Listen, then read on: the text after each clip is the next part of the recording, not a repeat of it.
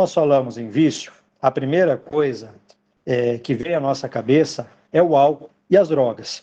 Porém, o que muita gente esquece é que o vício não se limita somente a isso, mas há uma série de fatores que fazem deste problema algo muito mais profundo do que pensamos.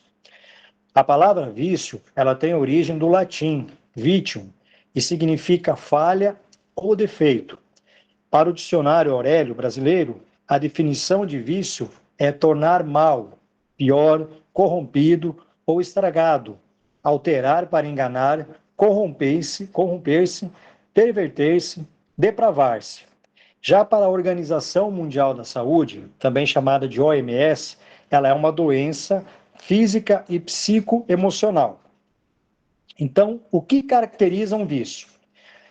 O limite entre um hábito e o vício está nas consequências que eles causam na vida das pessoas.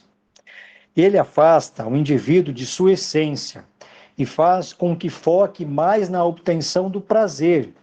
Esse prazer ele é paliativo, momentâneo, através da dependência do que na vida, do que antes levava. Nem que isso signifique se afastar de amigos, de familiares, mentir, se prejudicar no trabalho e mudar completamente o curso de suas ações, objetivos e sonhos. Com certeza, muitos de nós lembraram de algumas pessoas nesse momento, de algum familiar, de algum amigo, ou mesmo até da gente, que por conta de algum vício, que seja uma bebida alcoólica, um vício relacionado a jogo, acaba tendo uma conduta como essa que eu acabei de citar. Então, nós vamos começar sobre o vício no álcool. Mais de 2 milhões de pessoas sofrem com o alcoolismo no Brasil. Os homens são os mais suscetíveis, num total de 70% dos casos. Olha só, 70% dos casos. Enquanto as mulheres correspondem a 30%. Mas afinal, gente, o que é o alcoolismo? Ele é caracterizado pela vontade incontrolável de beber, falta de controle ao tentar parar a ingestão, a tolerância ao álcool. Cada vez mais vai aumentando as doses para que as pessoas possam sentir os efeitos. E dependência física, que se manifesta com sintomas físicos e psíquicos nas situações de abstinência alcoólica. Então é muito comum, às vezes a pessoa fala, não, mas eu bebo só um copo, eu bebo só uma cerveja. Quando você vai ver, ela está tomando uma cerveja por dia, passa a tomar 2, passa a tomar 3. E cada vez mais o corpo precisa aumentar o consumo dessa quantidade, desse produto, para que o efeito seja maior, porque o corpo já se acostumou às doses fracas.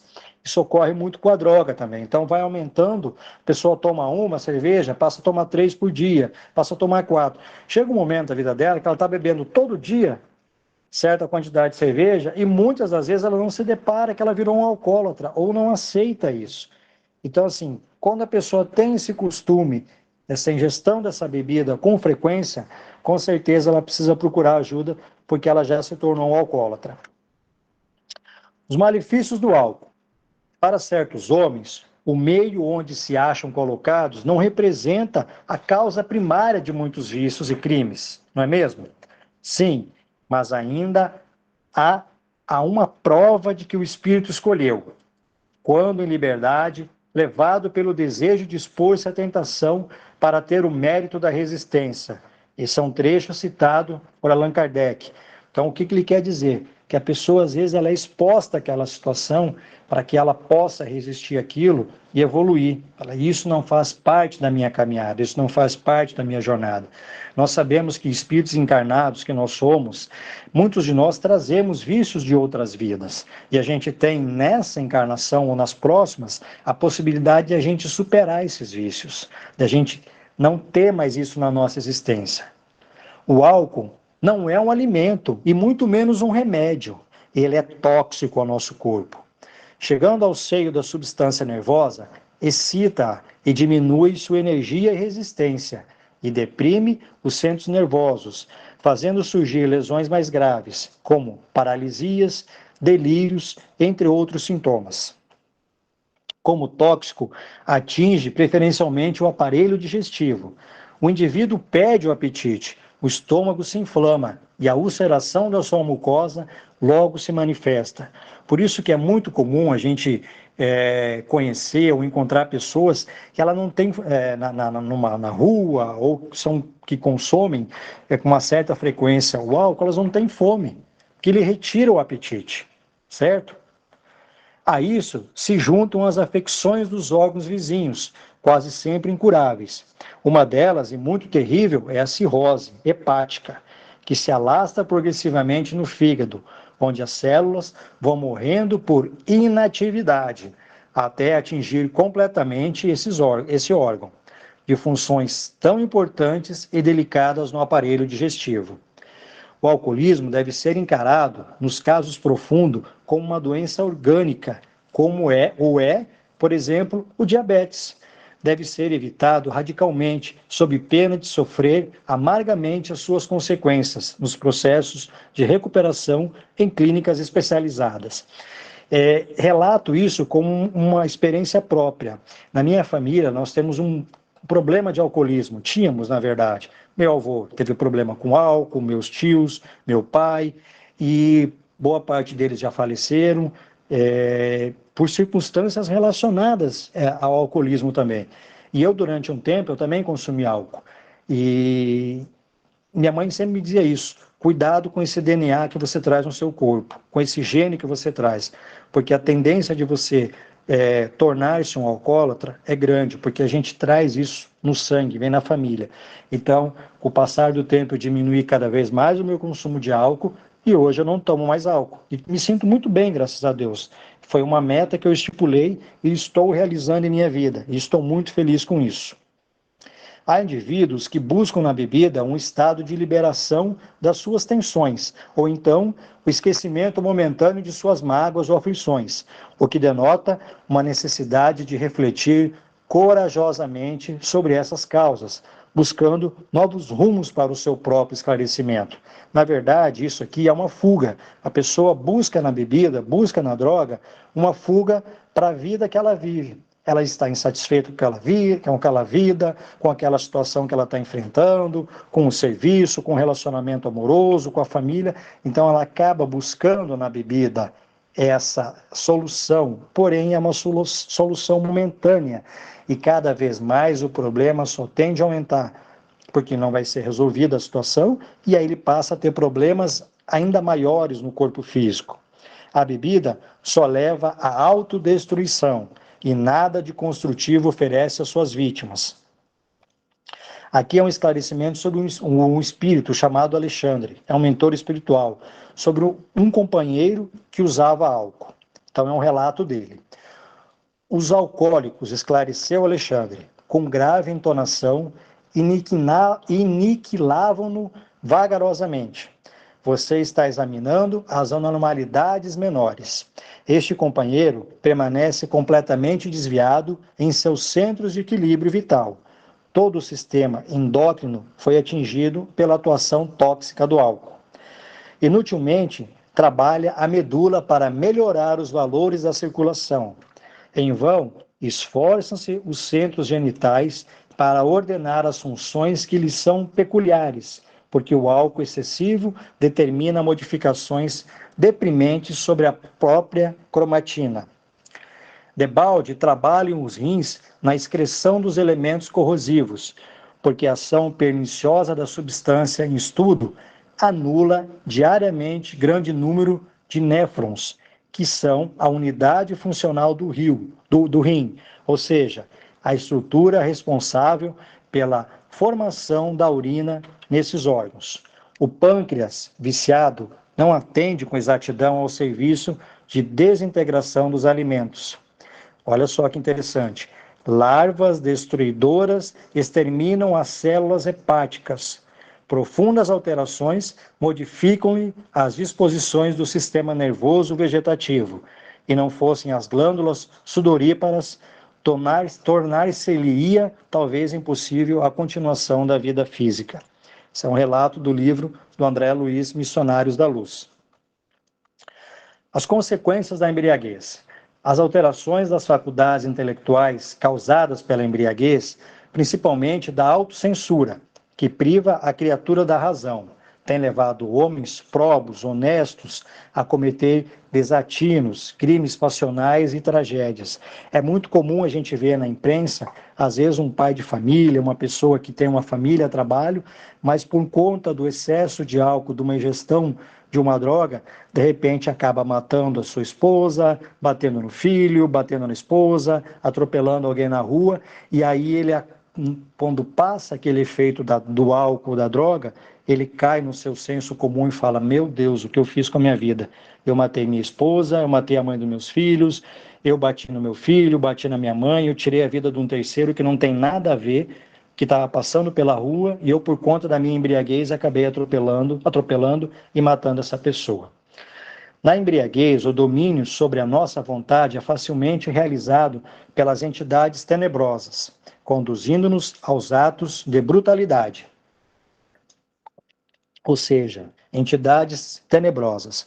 Nós sabemos que no plano espiritual, há aqueles nossos irmãos que ainda não encontraram a luz, que eles trabalham para que os espíritos que aqui estão encarnados tenham a sua existência frustrada, ou seja, para que eles se envolvam com droga, com bebida, e que eles retardem a sua existência. Às vezes são irmãos de vidas passadas que nós temos compromissos não resolvidos, e esses irmãos tendem a prejudicar a gente, a nos incentivar a beber, a usar droga, a ter atitudes reprováveis, né, os vícios morais. Então, assim, e além disso, muitos espíritos que desencarnam, que vão para o umbral, eles acabam sendo usados pelas outras entidades que trabalham contra o bem, são usados pelas essas entidades para influenciar esses nossos irmãos encarnados ao consumo da droga, do álcool, até mesmo do suicídio, que é muito comum. Então, isso é muito sério. Tem um trecho do filme do Divaldo Franco que ele fala assim, ele chega para atender o pai de um colega dele e que depois passa a trabalhar com ele nos trabalhos que são realizados pelo Divaldo, e o Divaldo fala assim, a hora que ele chega no quarto, muitos de vocês já devem ter visto essa passagem, Divaldo enxerga um monte de espíritos ali, se alimentando do vício, da bebida, e aí ele fala assim, mas o meu pai não bebe. Aí ele fala, teu pai bebe. Aí a família acaba procurando dentro do quarto, acha as garrafas e garrafas escondidas de bebida. E aí ele fala assim, quando abre-se uma bebida aqui, quando enche-se um copo de bebida aqui na Terra, acontece uma festa no plano espiritual. Então, o viciado em álcool quase sempre tem ao seu lado entidades inferiores que o induzem à bebida, nele exercendo grande domínio e dele usufruindo as mesmas sensações etílicas. Agora, cria-se deste modo dupla dependência, uma por parte da bebida propriamente dita do ser que está encarnado, com toda a carga psicológica que a motivou, e outra por parte das entidades invisíveis, que hipnoticamente exerce a sua influência, conduzindo por sugestão o indivíduo à ingestão do álcool. Porém, esses irmãos espirituais, eles também se alimentam desses efeitos da bebida. Então, muitos desses dependentes, essas pessoas que usam drogas, bebidas, enfim, elas carregam com elas uma gama de irmãos já desencarnados que se alimentam diariamente disso. Então a pessoa está sempre cansada, não tem motivação, não tem objetivo na vida. Por quê? Porque a energia física dele está sendo consumida por esses irmãos. Então como que você vai ter uma energia? Então nessa imagem mostra isso. Vocês estão vendo um bar aqui, provavelmente, é o nosso irmão consumindo uma bebida alcoólica e atrás, né, o espírito com a mão na cabeça desse irmão encarnado, se alimentando dessa energia. E no fundo, a espiritualidade amiga olhando aquela cena. Então, isso aqui é a coisa mais óbvia que acontece. Por isso que às vezes você chega em determinados locais onde há um consumo muito grande de bebida alcoólica, bares, boates, enfim, em determinado local você sente uma carga muito forte daquela energia. Muitas pessoas acabam ficando até mal por conta disso, porque é um ambiente muito carregado de espíritos que habitam aquele local, que consomem aquela energia das pessoas que estão indo lá. Outro caso que nós temos aqui, que é muito comum, é o fumo. Então, 1 em cada 5 pessoas no mundo fumam cigarros. 1 em cada 5 pessoas no mundo fumam cigarros. E o cigarro, ele é feito com um monte de substâncias muito perigosas, inclusive cancerígenas. Então, essa é a estimativa da OMS, que também complementa que a dependência da substância mata nada mais, nada menos que 7 milhões de pessoas por ano. Ou seja, é muito grande o número de pessoas que morrem por conta do vício do cigarro, que posteriormente a pessoa está fumando, no futuro de tanto consumir essa droga, ela vai ter um câncer no pulmão, um câncer na garganta, enfim, nada disso vai trazer de bom. O tabagismo é um dos vícios mais comuns e banalizados do mundo, apesar de ele ser legalizado. O cigarro é uma droga e pode causar diversas doenças. A quantidade de nicotina absorvida varia de 2,5 a 3,5 miligramas por cigarro. Ao ser tragada, a fumaça entra pelos pulmões, carregando vários gases voláteis que se condensam no alcatrão, passando a corrente sanguínea juntamente com a nicotina. Esta é a toxina venenosa. O alcatrão, ele é cancerígeno. Por isso o índice de tantas pessoas com câncer que são fumantes e no futuro acabam desenvolvendo um câncer. Esses componentes agem na intimidade celular, principalmente nas células do sistema nervoso central, modificando o seu metabolismo, ou seja, as transformações físico-químicas, que lhes permitem realizar os trabalhos de assimilação e desassimilação das substâncias necessárias à sua função. Essas alterações, elas provocam no fumante a sensação momentânea de bem-estar, de prazer, com supressão dos estados de ansiedade, de medo, de culpa. Porém, na verdade, quanto mais você consome essa droga, mais a sua ansiedade vai aumentar, mais a chance de você ter uma crise de ansiedade, elas existem, a crise de pânico. Este é o efeito de uma ação tóxica e mórbida levada ao sistema nervoso cerebral. Aos instantes iniciais de estímulos, segue-se um retardo da atividade cerebral e, em seguida, a depressão, a apatia e a angústia. E as pessoas que tentam parar de fumar, elas tendem a ter crises de abstinência muito fortes, assim como as pessoas que tendem a parar de fumar, de consumir álcool.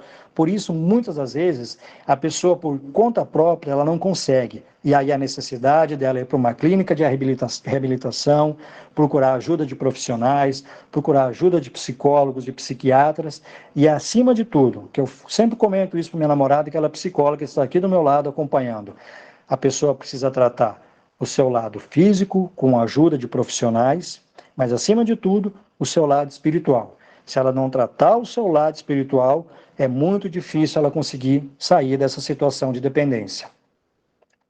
Esses elementos químicos tóxicos, além desses efeitos, agravam as doenças cardíacas, como a angina, o infarte, a hipertensão e a arteriosclerose. As vias respiratórias se irritam e progressivamente intoxicam-se, dando origem a traqueites, bronquites crônicas, enfisemas pulmonares, insuficiência respiratória, além dos casos de câncer bucal, da faringe, da laringe, do pulmão e do esôfago, muito comum. A mulher, olha só que atenção, a mulher, ela é ainda mais sensível aos efeitos da nicotina, principalmente nos momentos que ela está grávida. Quanto a nicotina atravessa a placenta, ocasionando danos ao feto, contamina o leite materno e pode também provocar abortos, natimortos e prematuros. Há também casos de esterilidade acarretada pelo fumo. Porém, o que melhor retrata este quadro é o fato de um fumante que absorve 2 maços por dia durante 30 anos ter sua vida diminuída entre 8 e 10 anos. Portanto, esta é indubitavelmente uma forma de suicídio. Isto é um suicídio, meus irmãos. O meu pai, ele era fumante, além de ser alcoólatra, e a vida dele foi abreviada muito rapidamente, por conta desses vícios. Então aqui, a visão sobre o fumo no plano espiritual. O fumo não só introduz impurezas no perispírito, que são visíveis aos médios videntes, aqueles nossos irmãos que têm a clarividência, que conseguem enxergar o corpo espiritual. A semelhança de manchas formadas de pigmentos escuros, envolvendo os órgãos mais atingidos, mais afetados, entre eles os nossos pulmões. Mas também amortece as vibrações mais delicadas, bloqueando-as, tornando o homem até certo ponto insensível aos envolvimentos espirituais de entidades amigas e protetoras. Ou seja, aquele perispírito está tão poluído, está sendo destruído, que a espiritualidade amiga, os nossos irmãos que tentam socorrer, as energias de amor, as energias positivas, as energias de purificação que eles tentam transmitir para esse irmão que está nesse vício, muitas das vezes eles não conseguem transmitir por conta daquele bloqueio que existe naquele corpo físico, naquele perispírito, por conta desses excessos. E aí que vem o problema. Após o desencarne, os resultados do vício, do fumo, atribui-se também às outras drogas, como bebidas, entorpecentes, eles são desastrosos, pois eles provocam uma espécie de paralisia e insensibilidade aos trabalhos dos espíritos socorristas por longo período, como se permanecesse num estado de inconsciência e incomunicabilidade, ficando desencarnado, prejudicado do recebimento do auxílio espiritual. Então, esses irmãos, esses autossuicidas, quando eles desencarnam, eles vão provavelmente para umbrais, para locais de energias muito densas. Eles vão se encontrar, eles vão estar nos ambientes onde no mundo espiritual, semelhantes aos quais eles viviam aqui na Terra, porém em condições muito piores. Então, assim, muitas das vezes os socorristas não conseguem chegar até eles para fazer esse resgate. Então, esse irmão passa a ser um escravo no umbral, ele passa a sofrer muito mais do que ele já sofria aqui na Terra. Então, assim, muitas das vezes ele vai obsediar os familiares dele que estão aqui, vai obsediar amigos de bebida, de copo, amigos de droga, ele vai passar a obsediar. Então, eles passam muitos anos, inclusive, desacordados, inconscientes, porque eles não têm condições, as mínimas condições de receber um tratamento. Então, aqui a gente vai citar uma entrevista dada ao jornalista Fernando Worning, pelo Espírito de Emmanuel, através de Chico Xavier, respondendo algumas perguntas sobre essa questão dos vícios no corpo espiritual, no perispírito. Então, a primeira pergunta: a ação negativa do cigarro sobre o perispírito do fumante prossegue após a morte do corpo físico? Até quando? Vem Emmanuel respondendo: o problema da dependência continua até que a impregnação dos agentes tóxicos nos tecidos sutis do corpo espiritual ceda lugar à normalidade do envoltório espiritual, o que, na maioria das vezes, tem a duração do tempo em que o hábito perdurou na existência física daquele fumante. Ou seja, se ele fumou durante 30, 40, 50 anos da vida dele, isso vai acontecer no plano espiritual. Então, às vezes, ele vai levar 30, 40, 50 anos para retirar daquele perispírito aquele tóxico que ele colocou nele durante sua encarnação. Então, é muito séria a questão dos vícios. Quando a vontade do interessado não está suficientemente desenvolvida para arredar de si o costume inconveniente, o tratamento dele no mundo espiritual ainda exige cotas diárias de sucedâneos, dos cigarros comuns. Ou seja, ele acaba recebendo um pouco daquela droga, para ele ir se alimentando, e aos poucos eles vão tirando para que ele possa se libertar. Olha que sério que é isso. Mesmo depois desencarnado, ele ainda acaba tendo certas doses daquela sensação. Na verdade, ele recebe a sensação, não é a droga, é a sensação daquela substância para ele diminuir a abstinência. E aos poucos ir se recuperando a sua sanidade, recuperando a sua consciência, com ingredientes análogos aos dos cigarros terrestres, cuja administração ao paciente diminui gradativamente, até que ele consiga viver sem qualquer dependência do fumo. Olha a seriedade disso. Outra pergunta: como descreveria a ação dos componentes do cigarro no perispírito de quem o fuma? Emmanuel responde: as sensações do fumante inveterado, no mais além, são naturalmente as da angustiosa sede do recurso tóxico a que se habituou no plano físico, de tal modo obcecante que as melhores lições e surpresas da vida maior lhe passam quase que inteiramente despercebidas, até que se normalizem as percepções. O assunto, no entanto, com relação à saúde corpórea, deveria ser estudado na Terra mais atentamente, já que a resistência orgânica decresce consideravelmente com o hábito de fumar, favorecendo a instalação de moléstias que poderiam ser claramente evitáveis.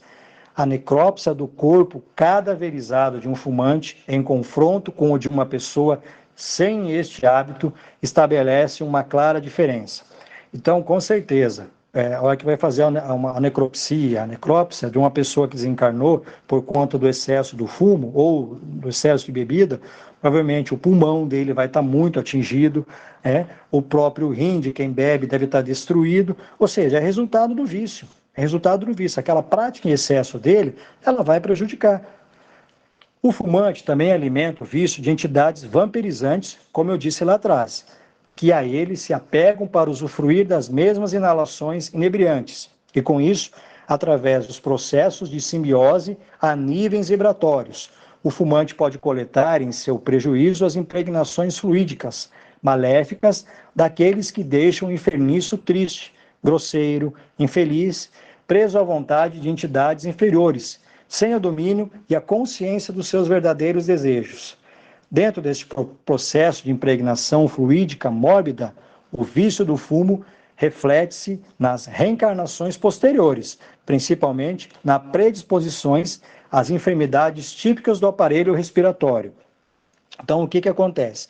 O irmão que numa encarnação excedeu o vício do fumo, ele vai levar a situação ao perispírito, lá vai ser diminuído esse problema, porém, quando ele reencarna numa outra existência, a tendência daquele corpo físico ter problemas respiratórios é muito grande. Como o suicida que se matou, às vezes ele vem com problema, vem sem uma mão, ele vem com uma deformidade no pescoço, no rosto. Alguns suicidas que por várias vezes cometeram suicídio, às vezes eles vêm com tetraplégicos, paraplégicos, eles não têm controle mínimo daquele corpo. Por quê? Porque para ele não cometer novamente um suicídio, ou seja, a ação da lei e reação. Então, quem abusa de um vício numa vida, na próxima vida, com certeza ele vai trazer problemas naquele corpo físico.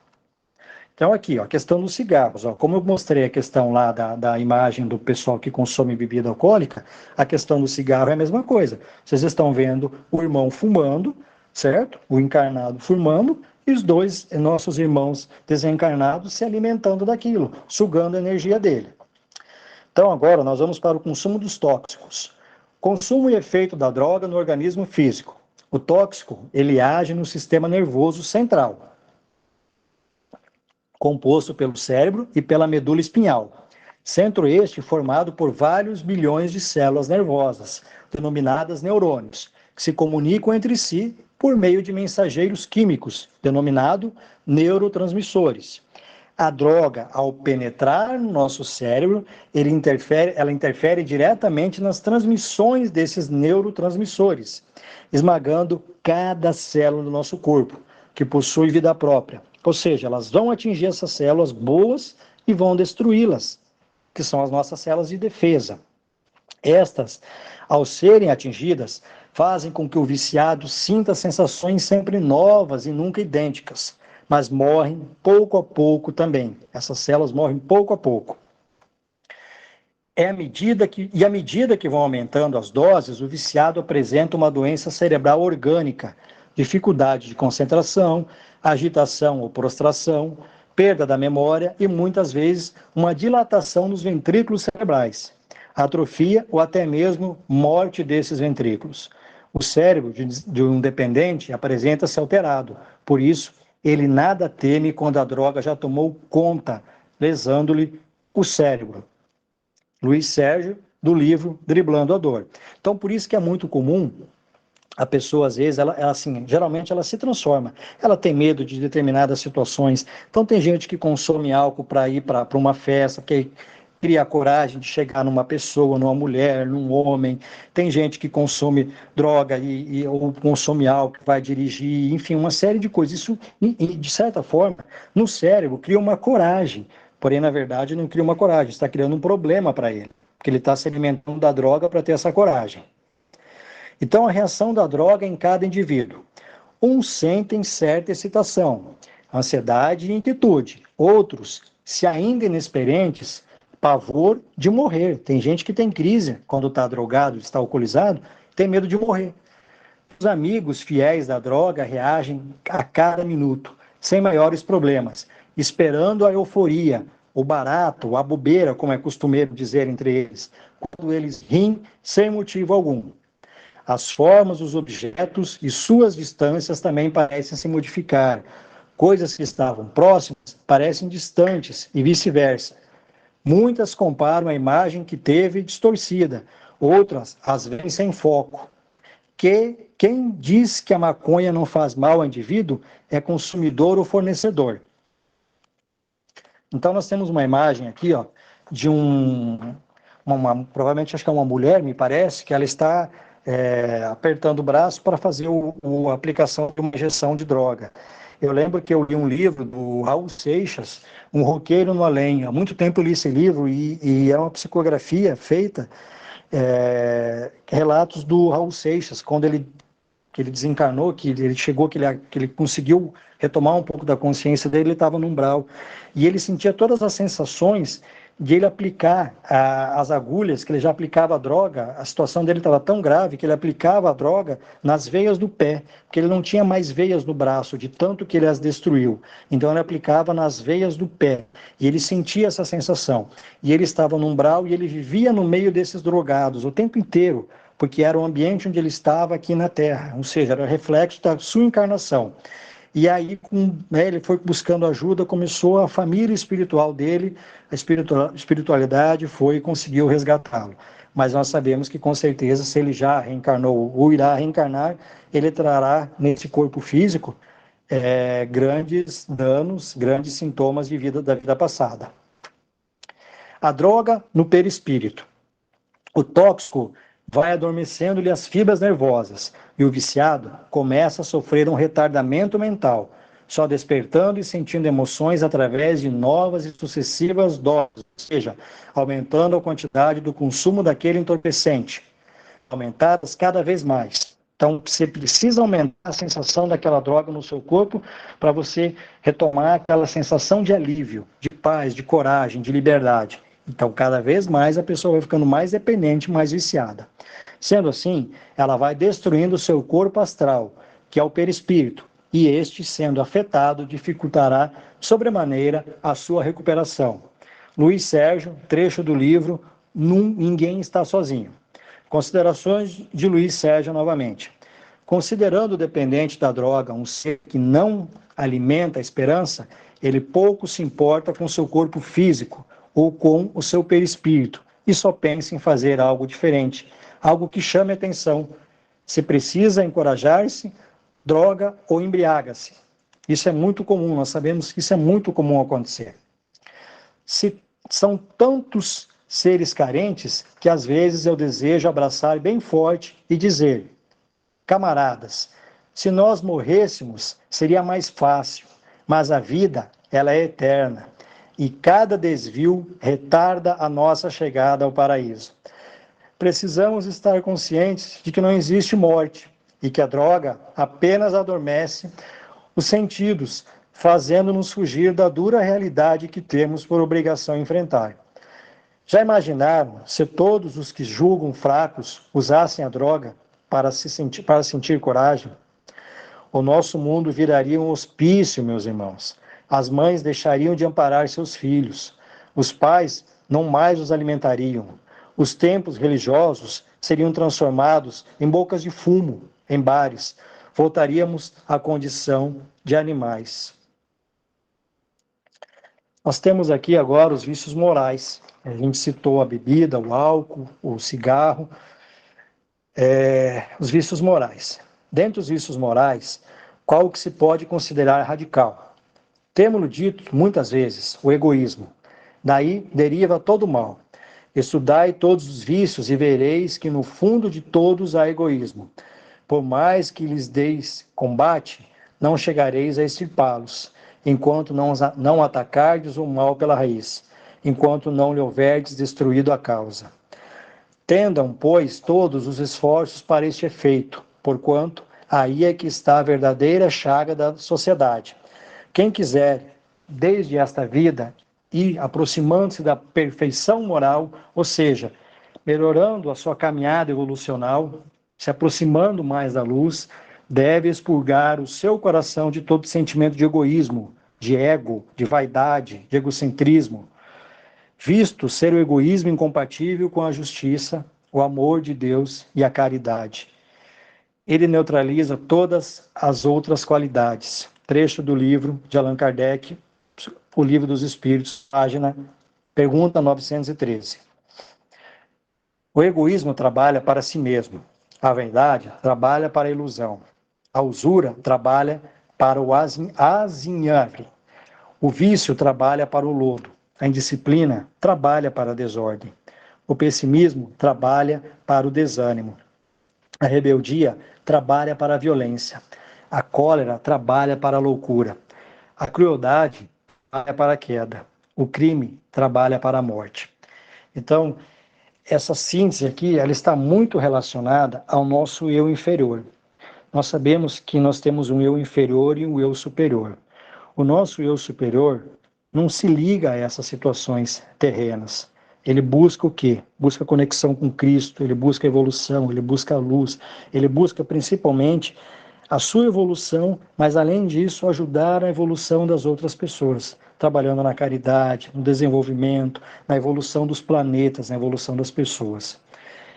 Essas informações relatadas aqui, elas são mais relacionadas ao nosso eu inferior, que é o nosso eu que tem a vaidade, o ego que inflama, que a pessoa não pode dizer uma palavra para você que você não gosta, você já passa a odiar aquela pessoa, você já refuta ela, você já tem uma visão totalmente diferente daquela pessoa. Nós temos a nossa inveja de determinadas pessoas, determinadas situações. Tudo isso a gente tem que procurar eliminar da nossa vida, tirar isso. A partir do momento que você trabalha para retirar isso da sua vida, ela começa a ser eliminada gradativamente e a gente consegue ter a percepção de quando a gente está entrando numa conexão relacionada a uma inveja, a um ego, a uma questão de vaidade, você fala, opa, isso não serve mais para mim. Isso não faz parte da minha vida, eu não quero isso para minha caminhada.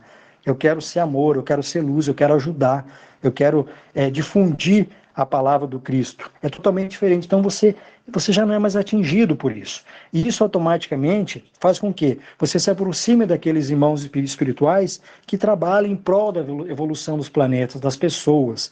Então a sua conexão com eles aumenta, o seu corpo passa a ficar mais livre. Essas situações do dia a dia já não afetam você. Você olha para isso e você fala, isso não faz parte de mim. Muitas das vezes você pode até rir dessa situação. Fala, isso não é meu, isso não é da minha evolução, isso não me atinge, isso não vai mudar a minha vida, certo? Então a gente precisa carregar isso para a nossa caminhada. Todas essas monstruosidades de campo moral representam um fruto amargo e venenoso de audiências da alma com a inteligência das trevas, no palácio deserto das horas perdidas. Todavia, o trabalho dos que trabalham servindo chama-se humildade e benevolência, esperança e otimismo, perdão e desinteresse, bondade e tolerância, caridade e amor. E somente através dele o espírito caminha na senda da ascensão em harmonia com as leis de Deus. Trecho de Emmanuel, Religião dos Espíritos. A gente vai citar agora trechos do nosso mestre Ramatiz, referência à obra Fisiologia da Alma, 13ª edição. Como que ele retrata isso? Vícios, escravidão no astral. Olha que interessante. Estamos quase acabando. Após a desencarnação, é a lei de correspondência vibratória que realmente regula o sofrimento ou o prazer de cada criatura, em conformidade com sua escravidão ou libertação dos vícios da carne, ou seja, os vícios terrenos, os vícios materiais relacionados à nossa encarnação. Assim, o sofrimento causado pela impossibilidade de fumar entre as almas desencarnadas varia conforme o grau da sua escravidão ao vício do fumo. Ou seja, se ele na Terra se ele foi um escravo do fumo, da bebida, da droga, do vício, que aqui eu vou citar um pouquinho sobre isso, porque não são só os vícios que a gente tem, bebida, álcool, droga, mas tem as questões, as pessoas viciadas em sexo, as pessoas viciadas em mentir, as pessoas viciadas em jogo de baralho. Hoje em dia a gente está no mundo digital, então tem jogos no mundo digital, tudo isso é um vício, ele é uma escravidão. Aquelas pessoas que são acumuladoras de objetos, isso também é um vício. Então, com base essa escravidão no plano espiritual ou não, ela vai depender de como essa pessoa exerceu a sua existência aqui na Terra. Então, as pessoas que fumam acidentalmente ou por esporte, isto é, que só de vez em quando tomam de um cigarro, não contribui para a criação do desejo astral, que mais tarde as poderá acicatar com invenência no além.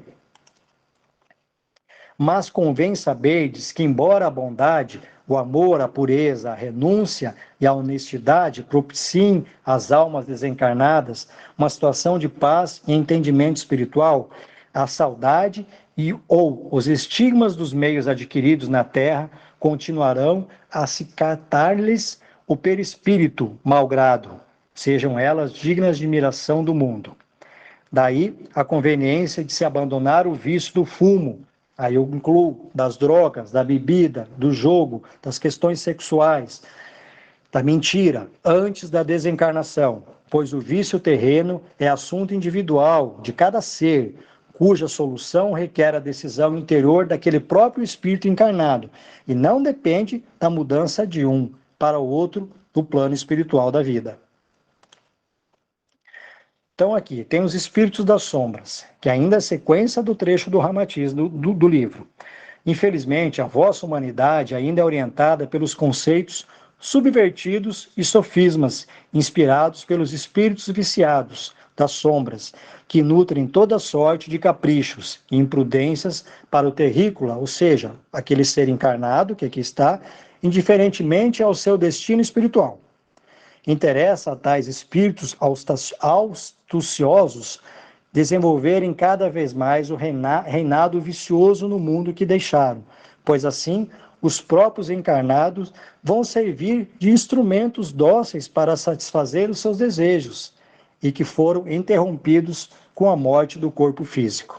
Ou seja, como eu citei lá atrás, muitos espíritos encarnados, esses irmãos que acabam de desencarnar, eles servem de instrumentos para sugerir que espíritos encarnados bebam, fumem, até se suicidem. Olha o nível preocupante disso. Então, semeiam a confusão e subvertem as advertências dos mentores espirituais, procurando contradizer as opiniões sensatas entre os homens a respeito dos vícios comuns. Assim se dá com o vício do fumo, em que varia até a opinião médica a respeito e se divide o julgamento favorável e desfavorável, fazendo com que se duvide dos efeitos danosos dos venenos tabagistas na delicadeza do corpo humano. Então, meus irmãos, estou encerrando por aqui o estudo, eu encerro com essa imagem muito bonita aqui, com uma frase dizendo o seguinte: seja luz na vida das pessoas, mas principalmente seja luz na sua vida. Primeiro você precisa fazer uma reforma íntima sua, para depois você conseguir mudar o seu exterior. Então, passe a fazer essa sua reforma íntima, para posteriormente você fazer a reforma exterior. E nós, que nós trabalhamos essa questão espiritual, que nós, graças a Deus, temos um pouquinho mais de conhecimento, não somos merecedores a mais que ninguém, não estou dizendo isso, mas nós já trabalhamos nessa questão espiritual, buscando estudar esse conhecimento, que nós possamos não julgar os irmãos que estão nessas condições relacionadas ao vício. A nossa casa tem um trabalho, inclusive, às segundas-feiras, Grupo Esperança, que é realizado pelos nossos irmãos, que tem um trabalho maravilhoso lá.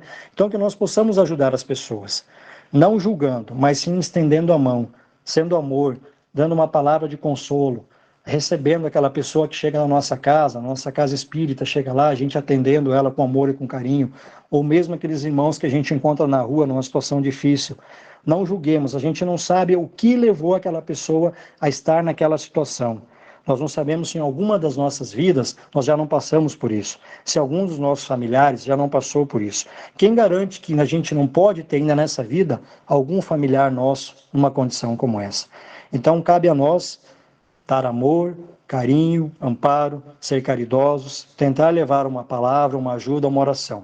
Então, como eu disse anteriormente, esse estudo eu achei ponderável falar. Eu sou filho de um autossuicida, então, assim, eu acho necessário deixar esse conteúdo público no YouTube do Ramatiz.